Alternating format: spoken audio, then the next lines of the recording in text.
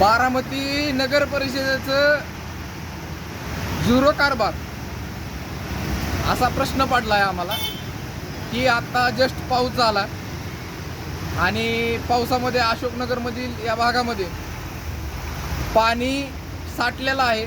याच्यामुळं गाड्यांना येणाऱ्या जाणाऱ्यांना त्रास होतोय. तर त्याच्यावर नंतर सांगतो मी तुम्हाला काय ते. पण या गरुड बागेच्या शेजारी अजितदादा पहाटे 6ला यायचे, स्वर्गवासी अजितदादा. त्यांचा जीव की प्राण या बागेसाठी आणि कॅनलच्या कडेने करण्यासाठी. मात्र दादा नसताना या बारामतीचं काय हाल झालेलं आहे हे तुम्हाला आम्ही दाखवणार आहेत.